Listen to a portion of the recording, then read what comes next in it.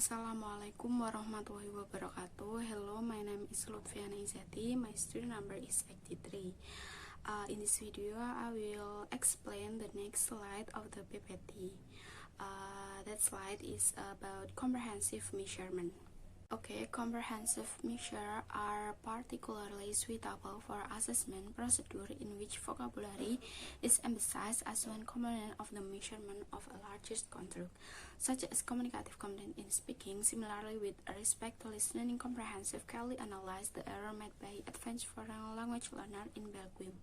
The errors were classified into three categories. The first, perceptual, where particularly sound were inaudible or not correctly heard.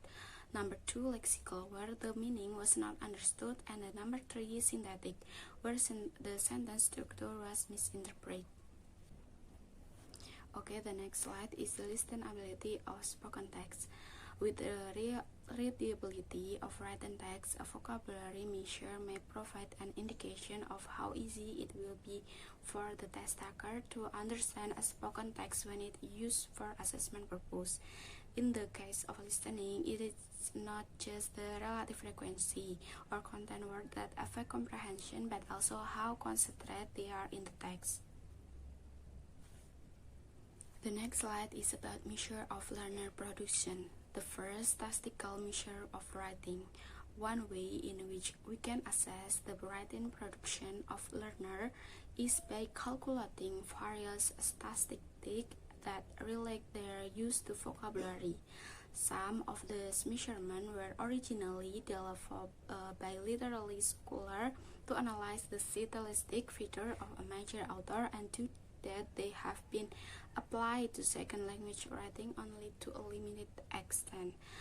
The effect of writing tasks an important aspect of the validity of any writing size in the nature of the task given to students.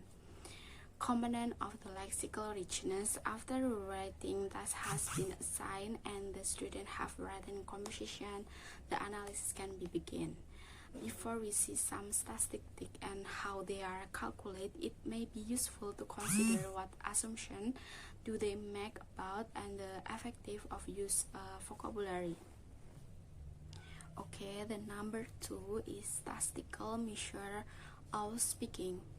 Statistics have been applied much less to learner speech than to learner writing. The one measure that has played a significant role is lexical density. The number 3, rating of writing and speech.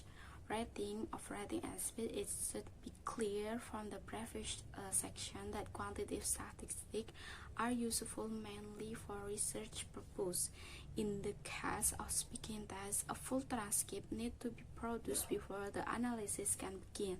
The analysis itself is time to consuming and cannot be fully automated. So that's all of my group.